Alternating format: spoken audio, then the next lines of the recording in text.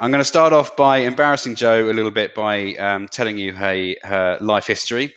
No, only joking. I won't tell you the life history. That would take far too long. But I will give you some brief snapshots of what Jo has done so far with her life. So at the moment, Jo's working full-time for a Spanish state school as part of the MECD British Council Bilingual Project. She's the author of Macmillan. Okay, you might want to just sort of pause, maybe get a pen and paper. There's quite a few courses here to list of Jo's, so bear with me. The list does end. So she's the author of Macmillan Natural and Social Science 1 and 2, Magic Phonics. She's the co-author of Play with Patch and Patch the Puppy 1 and 2, and Give Me 5 levels 1 to 4. That's it. You can put your pens down now. So she's also been involved in a local training program for bilingual schools since it began in 2009. And she's given training courses on synthetic phonics, CLIL, and also arts and crafts all over the world. So moving on to today's webinar, Jo is going to be talking to you. This is the second time she's done it, and she ran it earlier today, and it is absolutely packed. It's got so much there for you. I'm very excited for you to see this. So she's going to be looking at some ways you can help your learners catch up if they've not been able to access the same materials and lessons as others might have. So I think that's enough of my voice for this afternoon. I'm going to pass you over to Jo. Enjoy, everybody. Well, thanks very much, Will, for that fabulous introduction. It's great to be here once again doing a webinar, and it's lovely to see people from so many different places all over everywhere. I'm sorry that I can't come and visit any of you this year to do any talks there, but it's great to be here and to see so many people. So let's get started, because as Will said, there's quite a lot to get through today. As we mentioned at the beginning, over the last few months, we have found ourselves in a situation where we've been teaching remotely using a variety of different digital tools. And what we may have found is that children from the same age group may have had different access to this online learning. And this, we found, creates a gap between those who have had remote access to a teacher and those who haven't. So what I'm going to look at today are some practical ways to ensure that our activities are accessible to all our pupils, and in turn help children bridge that gap so that no learner gets left behind. So, as Will mentioned at the beginning, I work in a primary school in Spain. I teach year 1, and well, I taught year 1 last year, and I had 3 groups of year 1 children. And over the lockdown period, I moved all my teaching moved online, as will have probably happened to many of you. The school was closed, so there was no face-to-face teaching at all. In one of the classes, all of the children attended the online sessions most of the time, and the majority of the children handed in all of the tasks. But in the other 2 groups, for a variety of different reasons, between 15 and 20% of the children either didn't attend the online classes at all or attended them very rarely. And then another thing that I found was that there are children, on the other hand, that excelled with this new environment.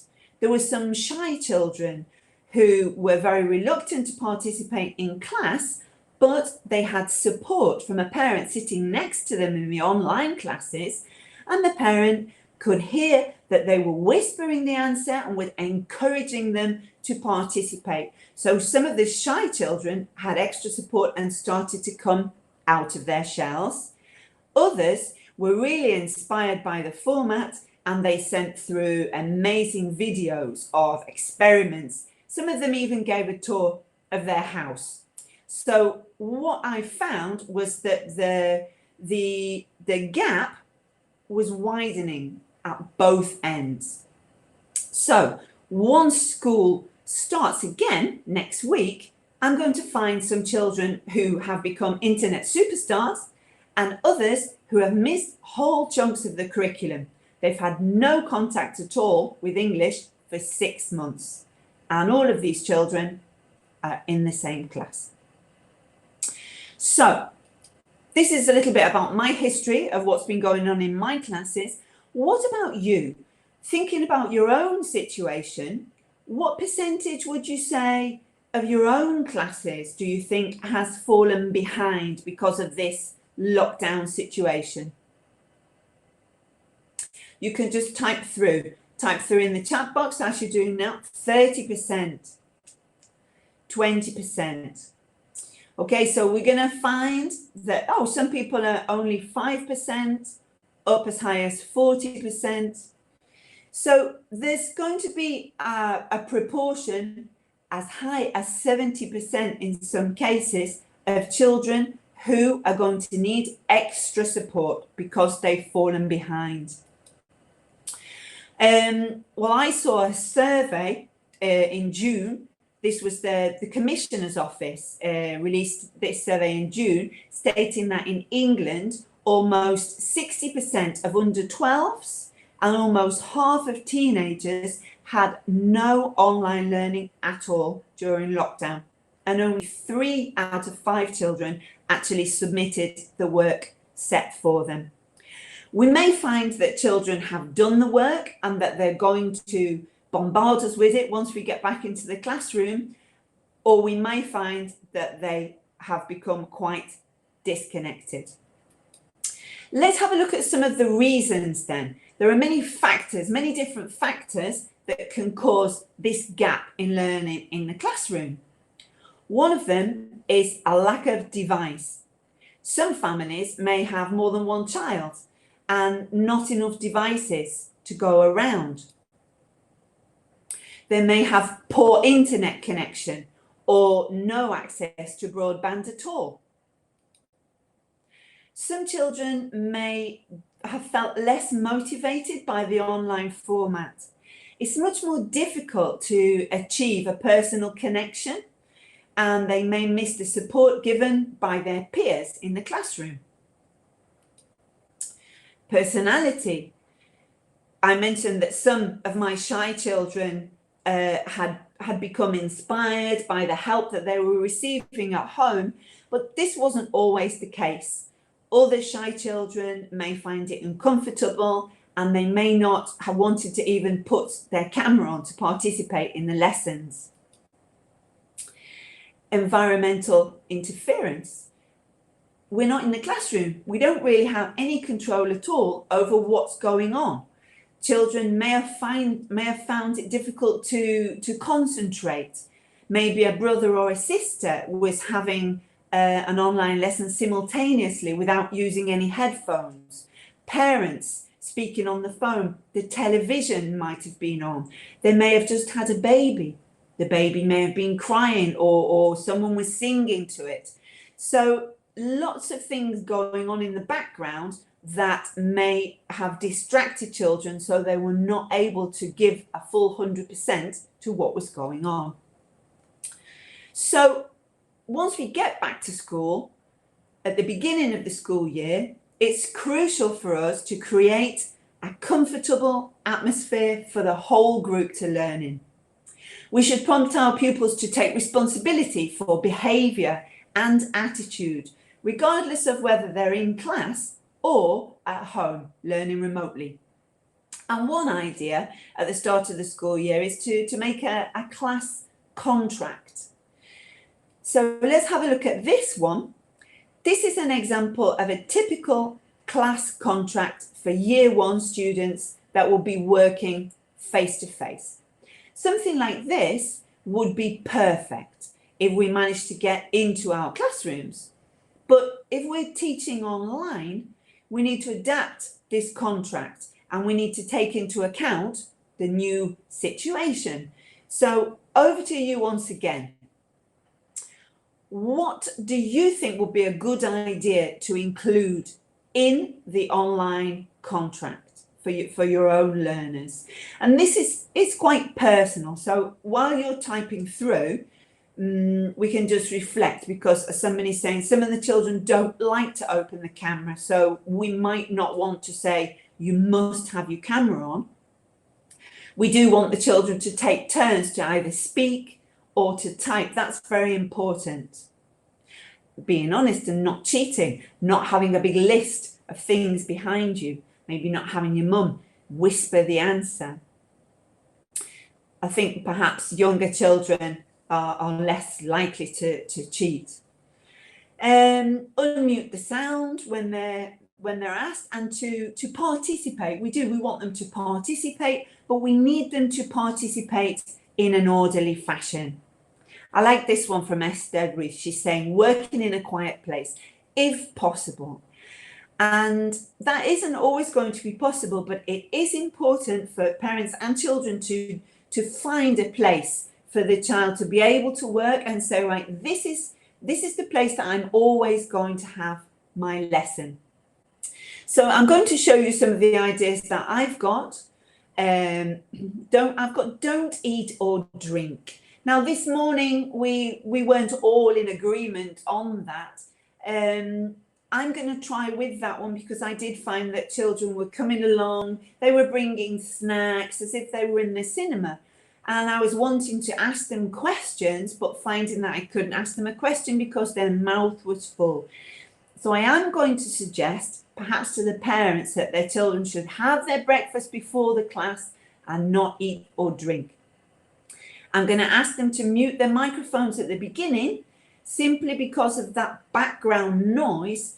That all starts to reverberate. So if there's a television on in one house, someone else has got a whole collection of birds, all of that is going to be very distracting.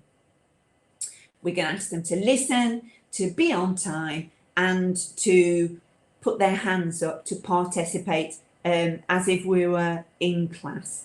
So I think it's important to set out some rules, but perhaps as always, it's a good idea to create the contract together, particularly if you've got slightly older children. Discuss it with them and agree on what the contract is going to be, rather than laying down the law. You can brainstorm the ideas all together. So let's think then about how we can bridge that gap once we've set down our ground rules. We've established the guidelines for attitude and behaviour, and let's think about the strategies that we can incorporate to into our lessons to help out those that are in danger of being left behind. So I'm going to just go through the list of things that I'm hoping to have time to get through today. Collaboration and discussion benefit all learners all across the scale. So the more we can encourage our children to work together, the better. If we're teaching remotely, we need to think about using breakout rooms for pupils to work in pairs and small groups. And if we're in the classroom, we may need to take into account social distancing. That depends on everybody's situation. Scaffolding learning. We can add support for our students in order to enhance their learning by building on previous knowledge when they're learning new skills. Strategies can range from making a text more accessible by predicting ideas before reading, to providing word banks and sentence beginnings to help children to formulate ideas when we're asking them to write. If we're using a text, accessibility can be increased if the information is presented in a more visual way, perhaps with a diagram or an illustration. After introducing any new vocabulary, we can maybe play any number of different games to reinforce and to consolidate that vocabulary. The more we play, the more exposure weaker students will have to the new language, and they will be dealing with it in a fun, motivating way, which is going to serve to increase their confidence as well. Mime, gesture and acting out will also benefit all the pupils in the class, with the additional advantage of giving the extra support to those who need it. We should also consider recycling and repetition. These give children the opportunity to understand and remember new vocabulary and grammar, supporting the transfer from short to long-term memory. And communication games designed to help pupils use language in real situations can help to reinforce key concepts in a way that's accessible to all.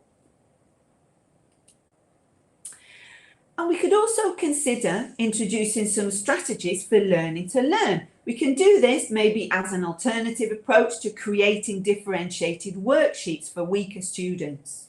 We can include the strategies as we go along.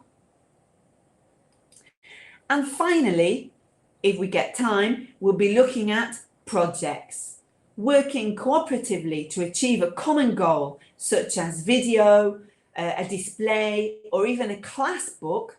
This can allow children of all levels and abilities to be involved in a final product. Projects give children the opportunity to develop their speaking skills in a structured way, building autonomy and promoting creativity. So now I'd like to start to have a look at each of those ideas in a little bit more detail.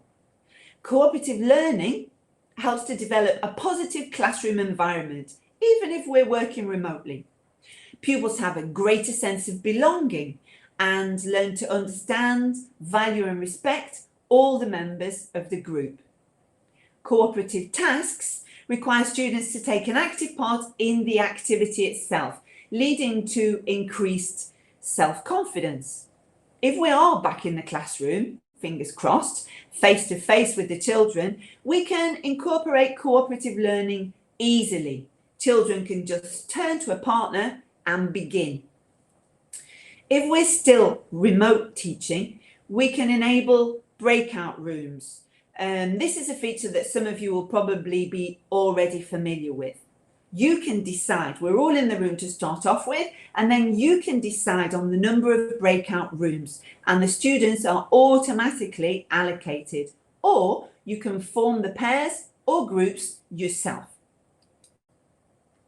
So in class, we can establish a talk partner routine right from the beginning. If we're asking a question, encourage children to discuss the answer with a partner before putting their hand up to give the answer to the group. This promotes confidence amongst struggling students. Children may be unsure of an answer, and discussing it with the partner, that can help them to clarify their ideas and give them that confidence to put their hand up and participate. We can also ensure by doing this that the children are actively engaged in the lesson and that they remain focused on the task at hand. Nobody gets left out. If we rely solely on a raised hands approach, we often find that it's the same few children that are putting their hands up all the time. And if we continue to ask only these children, then any low achievers will continue to fall further and further behind, losing confidence and motivation. So, after discussing the question with the partner, the teacher can then choose any pair to give their ideas, allowing the less confident child the opportunity to speak.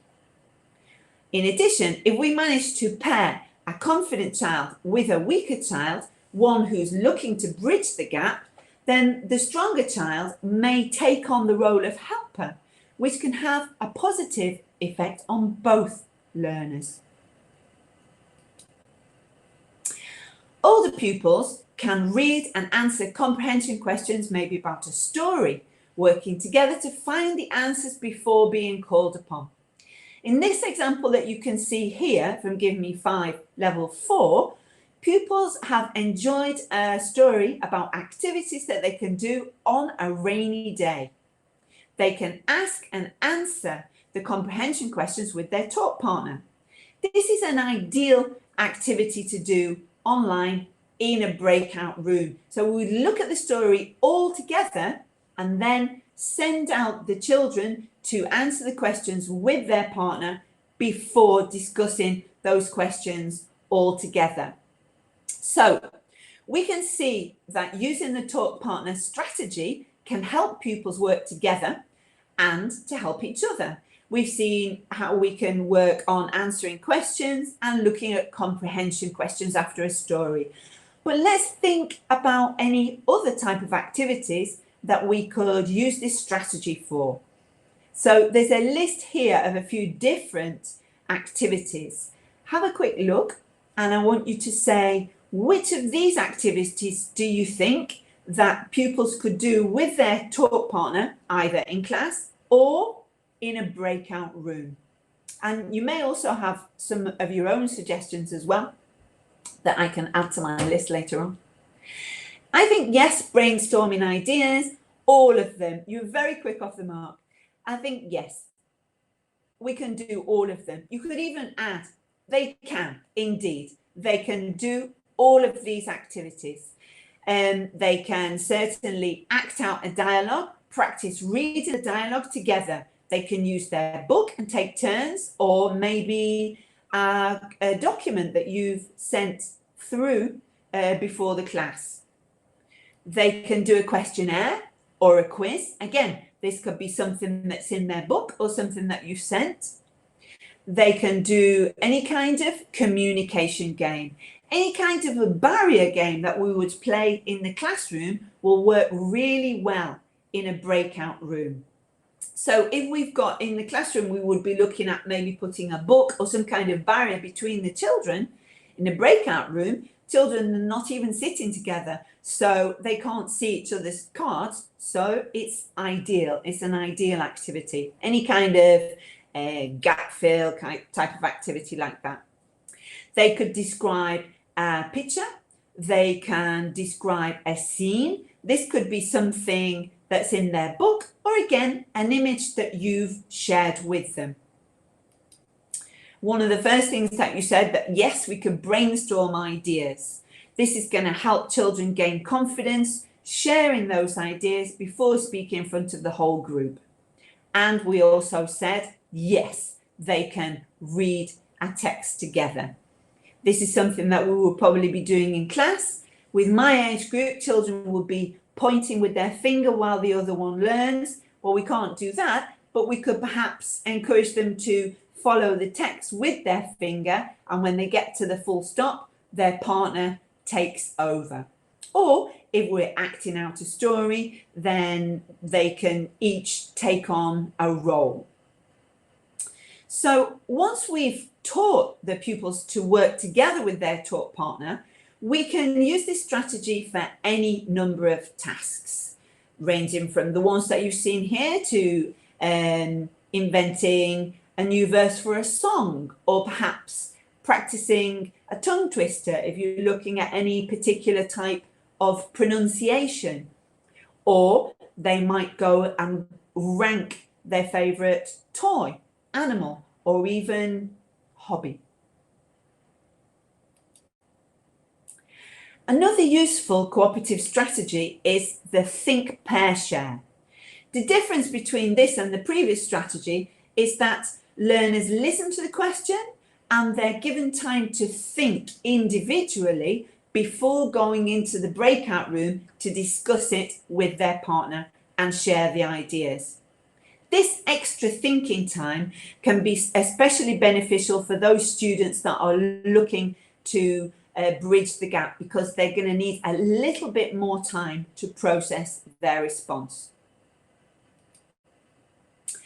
Four corners is another great activity. This one, again, allows learners to brainstorm ideas in groups, and it gives less confident learners the opportunity to hear ideas and then share them with the whole class. But hang on a minute, you're going to say there aren't any corners if we're remote teaching. Again, we can send our pupils into the breakout rooms. So you can see here, I'm looking at reviewing animal actions that we'll have been looking at. So we're going to divide our group into 4 and enable 4 breakout rooms. You can name the breakout rooms if you want, but in this case, I'm just going to go with numbers. So in breakout room number 1, all the pupils in that breakout room will be brainstorming animals that can fly, in 2, animals that can run, in 3, animals that can swim, and in 4, animals that can jump. Set a time limit. Probably a minute is plenty. You can type into the breakout room yourself. When you type in, you can broadcast it to all of the rooms and tell the children maybe 30 seconds left. And then when you close the room, the timer will start to count down so that pupils can see how much time is left. And then once the time is over, all the pupils will return back into the main room at the same time. So what you can see here with this activity is that a child that, if you said, tell me an animal that can fly, that maybe wasn't able to think of an animal at first, has had the opportunity to listen to others in the breakout room. Returning to the main group, they can relay that information, the information that they've heard, giving them the opportunity to participate actively in the discussion rather than just passively, as we might have found before. You may think, well, wait a minute, what about if we send the children into the breakout room? How are we going to control how are we going to make sure that they're good to do the activity in English? Well, we should provide some kind of sentence structure so that pupils know what it is that they're supposed to be saying. It should be a revision activity, and you've got the opportunity of hopping in and out of the different breakout rooms to keep an eye on everybody and make sure that they are in fact using English. So this type of activity, the 4 corners, we can adapt it to all kinds of different topics. Just off the top of your head, can you think of any topics that you might be able to adapt this activity to? I've got a few here. It doesn't have to be 4, you can have 3 corners. We could do it with colours, that's right, just any colour. Food, different types of food. Sports, that's right. We can do it with maybe a healthy meal. What can you have for breakfast, lunch, dinner and snacks? We can talk about maybe different animals. Can you name mammals, reptiles, birds, insects? Months and the seasons, I love it. So you can go into one and say which months belong to spring, summer, autumn and winter. Maybe even things that we can do in different rooms of the house. We can use it for all kinds of things. The weather in the seasons, I love it. So what is the weather like in spring, or even what can you wear? I think that the possibilities are endless. Furniture in different rooms, fantastic. I'm going to move on because I can see that you've got some fabulous ideas, but I've only managed to get through the first point. So I'm going to move on to scaffolding learning. After such a long period without any contact with English, up to 6 months in some cases, we may find that some of our students are struggling with comprehension, struggling to understand a text or a story. So we can introduce strategies for making this more accessible. When we work on a reading comprehension, we can introduce pre-reading activities to predict content from the title, maybe from the images, so that before the pupils read the story, they've already got an idea of what it's going to be about. This story here is taken from Give Me 5 Level 2, and it's from the unit about animals. Now you can see the title of the story is The Mysterious Egg.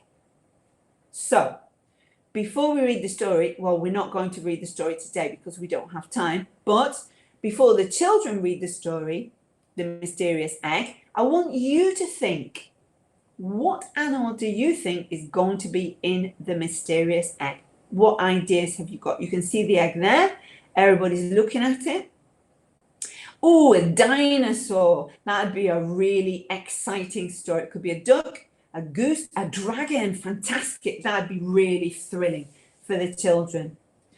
An ostrich, any kind of bird, yes. Anything else? Let's see. Someone said elephant this morning as well. A turtle. So we've moved away there from bird. Let's see if anyone gets it. I just let you into a secret. This morning, no one managed to guess the animal. Any animal which excites them. Well, that's what they're going to suggest. It could be a snake. It could be a dinosaur. It could be a lizard. No one's guessed it yet. Let's see. 5 more seconds. A frog with a crown. Oh, fabulous. Some really fabulous ideas, but all sadly wrong. The correct answer is a penguin.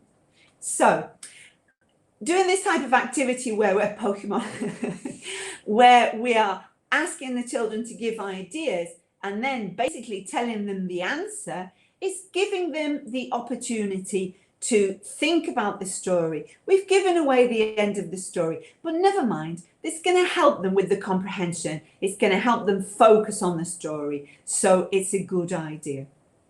If pupils are reading the text on paper, use the audio version as well for them to listen at the same time, because quite often we find that oral comprehension may be slightly ahead of reading comprehension with young learners. So we are giving those children that are falling behind an additional tool to help with understanding. If possible, use an animated version. What I found remote teaching was that every time I put a video, my children's little faces were glued to the screen, and they found it very motivating to watch the video format of the story. Moving on to writing. If we want our pupils to write a text themselves, we need to make sure that the activity is carefully staged so that all the learners can follow. This example here is a postcard, and it's taken from Give Me 5 Level 1. We chose a postcard because it's something that's perhaps more typical in the UK, and maybe other children from different countries might not be familiar, so we can introduce them to this format here. So with this one, what we're going to do is to initially show the model postcard. We've got the picture, which we will ask them to describe. You can see here in this activity, some keywords are given. So we will perhaps give them a language structure and say, there is or there are. Look at the picture and say, what things are there in this picture? There is a lake. There isn't a playground. So they can describe the postcard first and then read a model postcard. Again, listening to the audio at the same time will help any weaker pupils. Once we're clear about the format, we can perhaps complete a very guided gap fill of the postcard. So again, they're getting familiar with that format. But then the idea is for the pupils to be able to write a postcard on their own. So we need some scaffolding. We need some sentence beginnings. So what you can see here, this is actually a photo of my classroom. So this year, sadly, I wasn't able to teach the postcard activity from my classroom, but I did still do it. So I'll show you how in a minute. So you can see that I've still given some scaffolding for them to be able to do it. We've got the beginning. Who do we write to? Dear Mum and Dad. And then everybody chose a place. They drew their postcard. We brainstormed all the different places, and that's what you can see there on the blue sack. Then we looked at activities that we can do in each place. I can, and we brainstormed activities to the yellow sack. And then we British love to talk about the weather. So of course we must talk about the weather on our postcard, and that's what's on the red sack. So the children were given a lot of guidance. They chose a different setting, and then they each wrote their postcard. These are the postcards that were completed during lockdown, and I had to have everything on slides. So all of these were done, they were beautiful. Parents took the time to send all the postcards through, and obviously help was given. Now, we're looking at helping learners who are falling behind. So in this case, oh, sorry, there's another example. In this case, what I did was I used my blog. And in the blog, I set out everything that the children had seen in the class, all of the stages. What is a postcard? Here are some ideas. Everything that we brainstormed online in our class, then went onto the blog. So again, the children didn't have their actual word sacks, but they had different like word mats, if you like, so they could see and choose a weather, choose an activity. So what we had there was that children had that much needed extra support, and they could return to the blog as many times as they wanted and use that as support for their own writing. So in the postcard activity there, you've seen that there is a lot of visual support. There are word sacks, sentence beginning, and also help with the format of the text.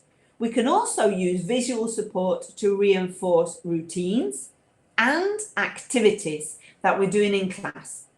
Any children that may have missed out on remote learning, they may have forgotten the classroom routines, and they may have forgotten simple instructions. I'm thinking about my groups. Some of the children, they're very small, they've only had 1 year of primary, and they've missed out on 6 months. So we can use task cards to show the different stages of the lesson, and here illustrate our instructions.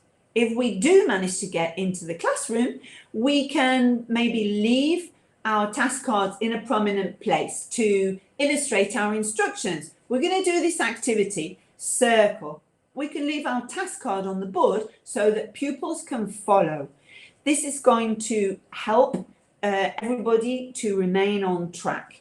If we're teaching remotely, we can add this visual support to our slides so that pupils can again follow along with what we're doing. Now, some of the pupils may have had vocabulary input during the lockdown period, but we said that others may not. So these children who didn't have any input, they're going to need more time to assimilate new key vocabulary. So what we can do is add games. Now, not just any random game, a game that's associated with what we are teaching. So I'm going to have a look at some games in a minute with you. And these games, we can use them as warmers, fillers, or even coolers. And these type of games that we're going to look at, these are going to, they're fun for the whole class, but they're going to provide that much needed support for those children who are in danger of being left behind. So I'm going to show you, this is a list of some of my favorites. I'm sure you'll be familiar with some of them, but I'm going to demonstrate a couple. Okay, so the first one that we can see here is called silent words. Now, just a quick warning, I'm going to demonstrate this. I'm not going to speak. You're going to see my mouth moving, but it doesn't mean that the connection has died. So I'll just get my flashcards. So what we can do, obviously, there isn't a lot of context at the moment. So I'm going to tell you, I'm going to give you a clue. I'm going to hold my flashcard, I'm going to look at it, and I'm going to silently say the object that I can see. And you have to guess. But you don't know what topic we've been working on, so I'm going to give you a clue. We've been working on our neighborhood. Okay, so the two things that I'm looking at are things that we can find in our neighborhood. Are you ready? This is the first one. You've got to pay a lot of attention.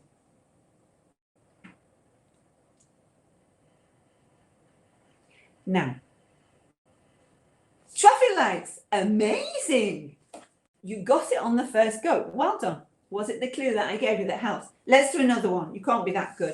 This is the next one. Ready?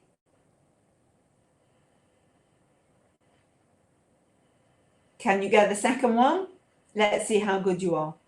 I'm going to do it again, more slowly.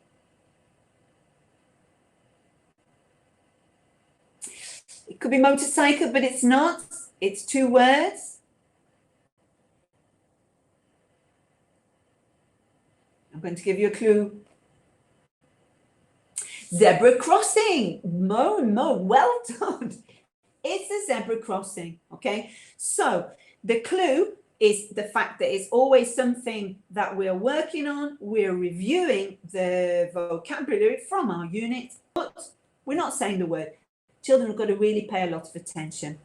So the next one is slowly, slowly, which is just simply, excuse me while I grab my flashcards, we just slowly reveal a picture from behind a book, a piece of paper, or another flashcard. So this time I am not going to tell you the topic. You have to have a look. We can't do this with the mask. That is true, but we can do it if we're remote teaching. If we're remote teaching, we can play the silent words, but we're not going to be able to play that in the classroom. Good point. So, what do you think this is? Slowly, slowly. It's sky at the moment. We're in our landscapes topic. It's the beach. Okay, good. So we slowly reveal our flashcard and the children will guess it. Okay, we've also got, let me have a look. Continuing with our landscapes theme, we can do a quick flash. Okay, this one is great because children have really got to pay attention, otherwise they miss it. Ready? Oh, now if there's a glitch in your internet, it's going to be well, it's too easy. Forest, let's try again. Ready? Oh, maybe that was too quick. Some kind of a mountain. I'll do it again. The beach. It was a cliff. Yes, we can see the cliff there. Maybe I did that too quickly. Okay, so let's have a look at the next one. The next one is thumbs up. And with this one, I'm just going to show you the picture of my children playing. What we do here is just to check understanding. We're going to show a picture and we will state what it is. If it's true, thumbs up, and if it's false, thumbs down. Okay, so if you put your thumbs up, I can't see you, but you can type it in the box. These are eyes. This is a nose. Okay, so we can do this if we're remote learning, because then we can watch the children do it and we don't need to have everybody's microphones on. If we've got our flashcards, what we can do, I've got all my unit flashcards and I've put them on the same slide. We can look at them and then we can just take one away. I like to play this with Realia normally, with a little table, but I've prepared here a slide for you to see. So I'm going to remove one of them, and it's just a slide that I've prepared. So in the next slide, one of the animals is missing. Which one's missing? You have to decide which one is missing now. The goat. Oh, the goat is still there. It's the sheep. Well done. Well done, Oscar's got it. It's the sheep. We can use this type of grid to also play I Spy, particularly if we are remote learning. I spy with my little eye something beginning with F. I'm going to give you, there you go, frog. So with this one, you can see that I've covered up the names of the animals so that it's not too easy, but we can reveal them if we want to. Now, this is my all-time favorite game is Odd One Out. I can't do a webinar without talking about Odd One Out. So if you've seen me before, apologies for repetition. It's my favorite game. On the one hand, we are reinforcing vocabulary from the set that we are working on. And we're also working on vocabulary from a previous set. But on the other hand, we are working on thinking skills. Everybody's zooming away with the scooter. Great. This type of game is accessible to all the children at both ends of the scale. So children at the lower end of the scale will be saying immediately, scooter, scooter, but they've had to use their thinking skills. Those at the higher end of the scale, we can ask them to explain why. Why is the scooter the odd one out? Because the cat, the cow, and the bird are animals, and the scooter is a toy. Some people may suggest all kinds of different, somebody said it's the bird because the k phoneme is not here, I like it. And that is also a correct answer. So for odd one out, I don't like to have a wrong answer unless it's really wrong. If the children can justify it, then that's great. So it's a game that we can play and we can bring out the best of both ends of the scale. We can also play Guess Which One I'm Thinking Of. Here, I've included the words as well to give extra support to those who need it. So in this case, we've got all of the animals and we will say to the class, guess which one I'm thinking of. Now, there are two ways of playing this game. They just have to guess which one you're thinking of. So with here, what I can just choose one of the animals and the children have to ask questions. Is it the cat? No. Is it the frog? No. Is it the goat? No. And if you want to cheat, you can wait until everybody's reviewed all of the animals. Or better, if you've got the flashcards that you can show when they've picked it. Or you can give some clues. Which one am I thinking of? It's got 4 legs and it's green. It's the frog again. So, the last game that I want to look at is a word dictation. So this time, this would be for slightly older children that we want to be working on spelling perhaps. Choose a word from a lexical set. Start to spell the word, say the letters, and pupils are listening to you, and as soon as they know what word it is, they're going to type it in the chat box or write it down. Okay, so let's see how fast you are. You're being very fast with all the activities so far. Let's see. The words that I'm going to demonstrate, they're all adjectives of character. Okay, so ready? Q, U, I, E, quiet. Good. Okay, so we had 4 letters for that clue. Let's try another one. Let's see how fast you are. The next word, L, A. Fantastic. Some of you have got it there after only 2 letters. Right, and the last one, ready? K. Let's see if we can get it after only 1. Well done. Some people have got that after only 1. So this is a game. It can create a little bit of motivation, and then the children have got to write all those words down. Let's move on. Action games. We're working with younger learners. So younger learners very often learn best when they can manipulate something or move around. We can take advantage of the fact they're at home because they've got a bit more space around them. We've been looking at animals. We looked at animal actions. So we would probably,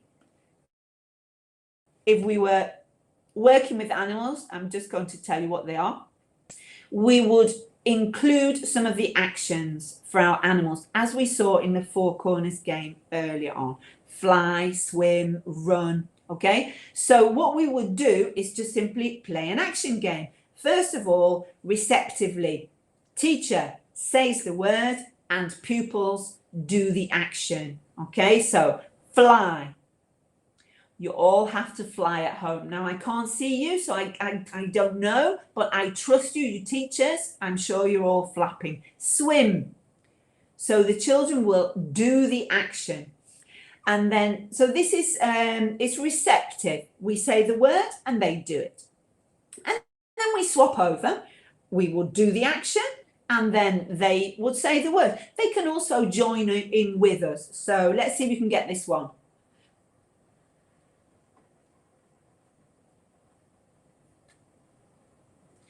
Climb. Okay, so pretty easy. So we're changing from receptive to productive. In addition to this, using actions in songs increases understanding of vocabulary, motivates all learners to join in. In this song, again, it comes from the animals unit. The children will be singing about animals and their actions and using the animal actions that they've been practicing. Now, I'm going to spare your ears today. I'm not going to sing the song, but we just look at the first verse and think about the actions. It's a good idea as well to ask the children what actions they would like to do, and then they feel more involved. I love cats.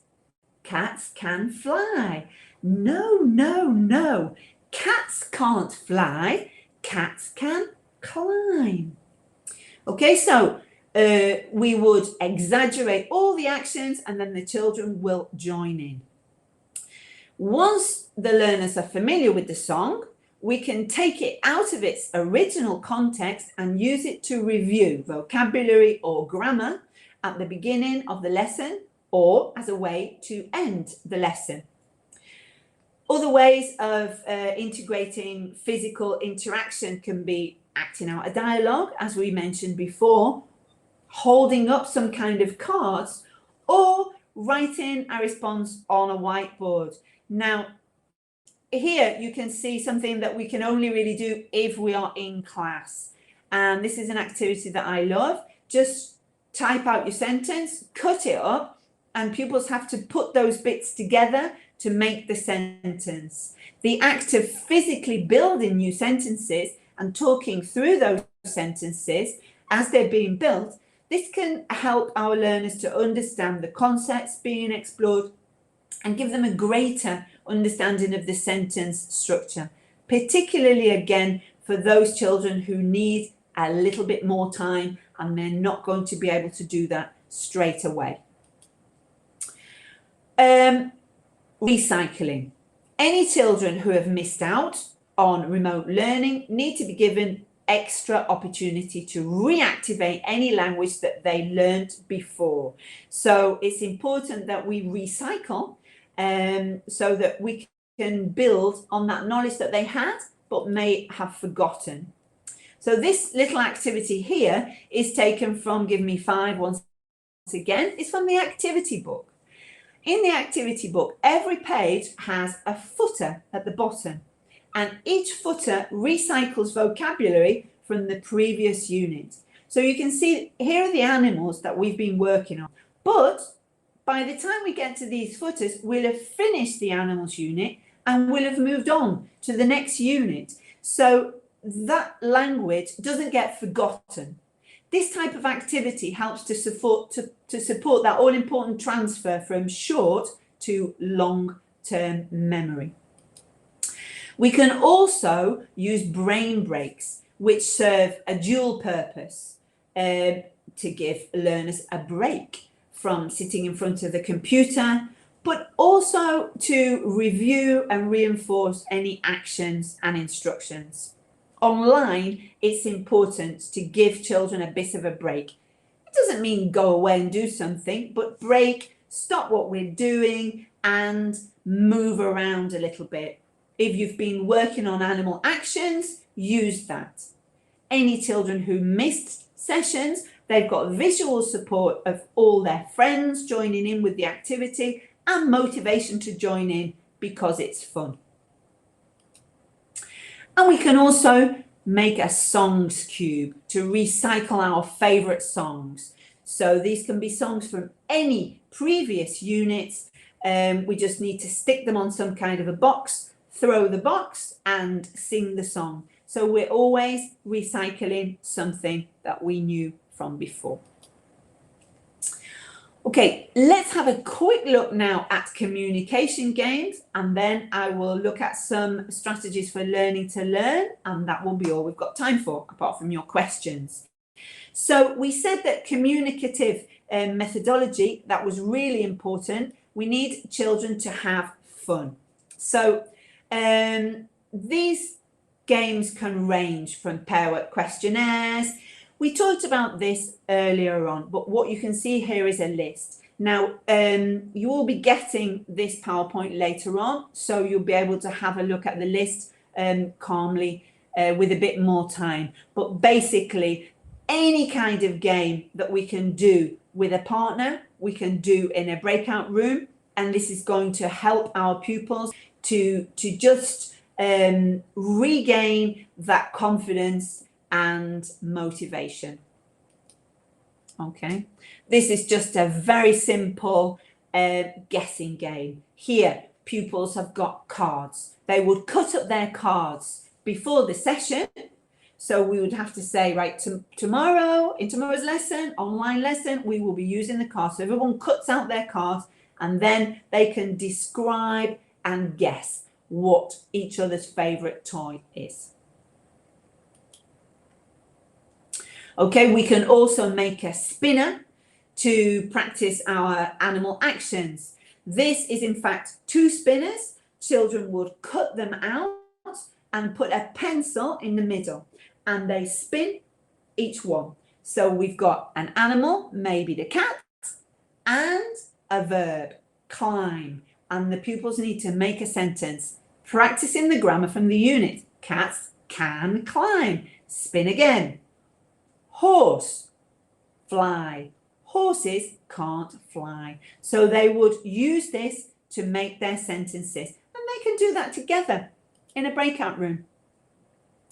Okay, so just the last thing that I'm going to talk about very quickly, we're going to look at some strategies for learning to learn. Okay, so one thing that I find to be very important is to encourage pupils to reflect on their own learning, maybe at the end of the unit or at the end of each lesson.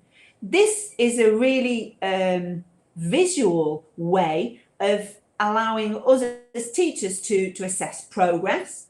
So pupils would create their own traffic lights, colouring the different lights, red, orange and green or yellow, and they will decorate, personalise their traffic lights. And then at the end of the lesson, we will choose a positive statement, an I can statement, something about the lesson. I can remember animal actions. I can sing the song. So pupils would then touch the green light if they feel confident. If they feel slightly confident, they're going to touch the yellow light. And if they don't really feel confident, they're going to touch the red light. And this is something for us that we can use. We can use it when we pair our pupils, so we can pair confident with less confident children, and we can immediately see. So if we can see that many of the children are pointing to the red light, then we can see, well, we need to spend a little bit more time on this activity. Okay, so I'm just going to have a look at 1 or 2 more learning to learn strategies, and then we'll see if there's any time for questions. Another one here is to ask pupils to write a definition for new vocabulary. Particularly, this works particularly well with slightly older children. So if we give them a word, like for example, carnivore, they might write down carnivores eat meat, and they would write that in their notebook. We can also encourage them to make a picture dictionary, particularly for younger children. They can draw a picture next to the new word. And finally, we need to encourage them to ask questions if they get stuck. In class, all around the blackboard, we will probably have all kinds of different signs with these questions. How do you spell? What does that mean? Working remotely, we can ask them to make their own. Maybe stick them on lolly sticks so that they can hold them up, or put some post-its around their work area, so that we're encouraging them to take responsibility and ask when they are unsure of an answer. And as I suspected, I haven't really got time to talk about projects today, and that is all we've got time for. And basically, I would just like to thank everyone for giving up the last days of their summer holiday to attend this webinar. And it's been really nice to interact with you a little bit. And thanks very much for coming.